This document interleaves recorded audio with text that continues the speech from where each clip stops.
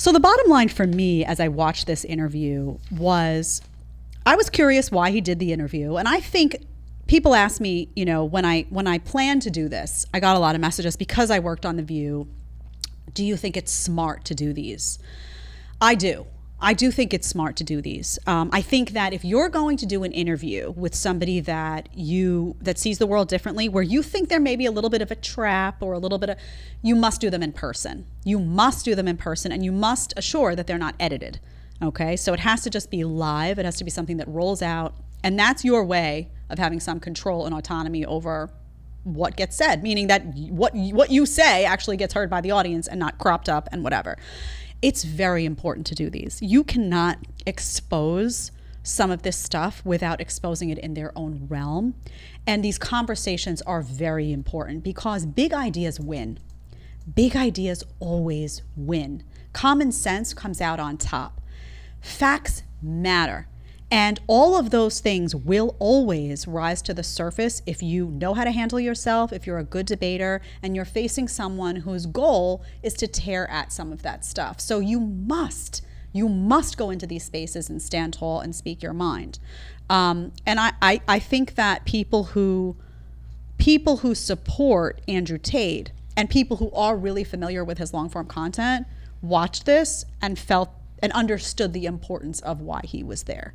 I also think Piers Morgan made a few big mistakes in this interview by getting emotional and by, you know, buying into what some of those short clips say and by caring so much about the emotions that people feel when they hear someone's content. It's just, we can't endorse this nation of babies anymore. We really just can't. And we have to build a society where you turn something on and you disagree, and that's okay. And you're not deflated by it, and you're not injured by it, and you don't feel the need to censor that person. You just pick your head up and you walk away and you say, I disagree. End of story. And it needs to start young. Parents, raise your kids to be the kind of people who aren't just deflated by dissent. We're going to get back to the chat, Tyler.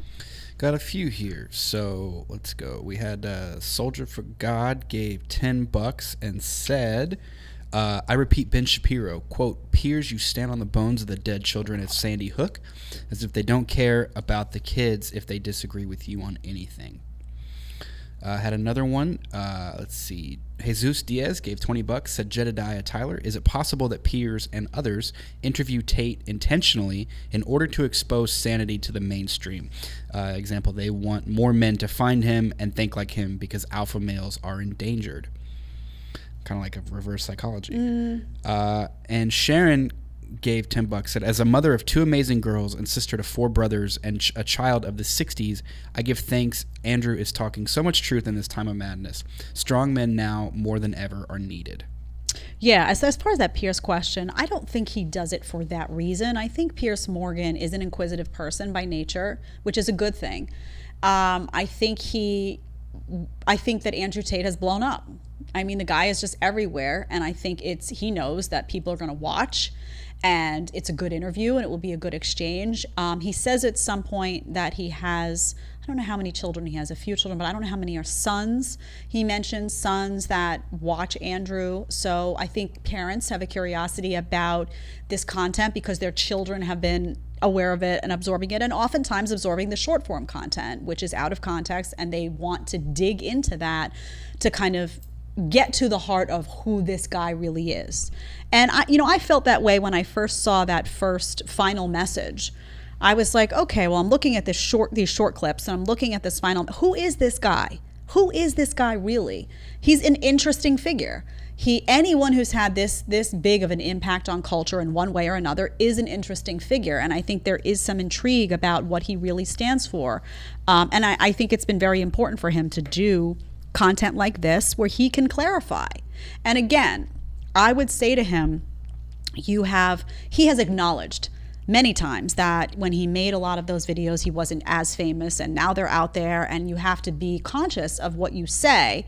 when you have spotlights on you like this. That's all correct. I will say, no matter what, you could get clipped today, tomorrow, and they can make you could be like someone that rescues cats from shelters, and they'll make you out to be like somebody who kills cats if they want to. They will twist and distort and edit and delete and combine. I mean, that can all still happen.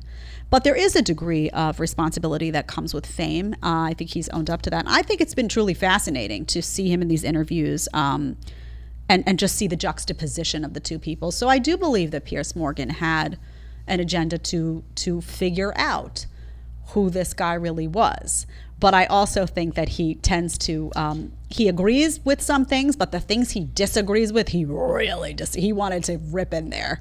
And I just don't think that was accomplished. I thought it was a fantastic exchange of ideas, and I do think these interviews are very important, though. Anything else in the chat? Yeah, there's one more that kind of touches on what you just said. I think this interview makes him look, Tate, I think this interview makes him look good and not what people thought of him at first. Do you think after this, he will be unbanned? No, I don't. I don't, because I think that they need to make an example out of him. I think they succeeded in doing that. And I think, again, I don't think that banning was for Tate. Tate's going to go, he's on Rumble now. He's got a bunch of people watching him. He has his own website. People subscribe to content. They're getting his content. He's getting invited to do big interviews. He did that long 5-hour interview with PBD. He did this interview. He's going to do a bunch of podcast interviews, I'm sure. His message is not going to be compromised. But I think that was created to send a message to the little guy. Again, I will always tell you the system targets the little guy who doesn't have the outside platform. They want to scare people into submission.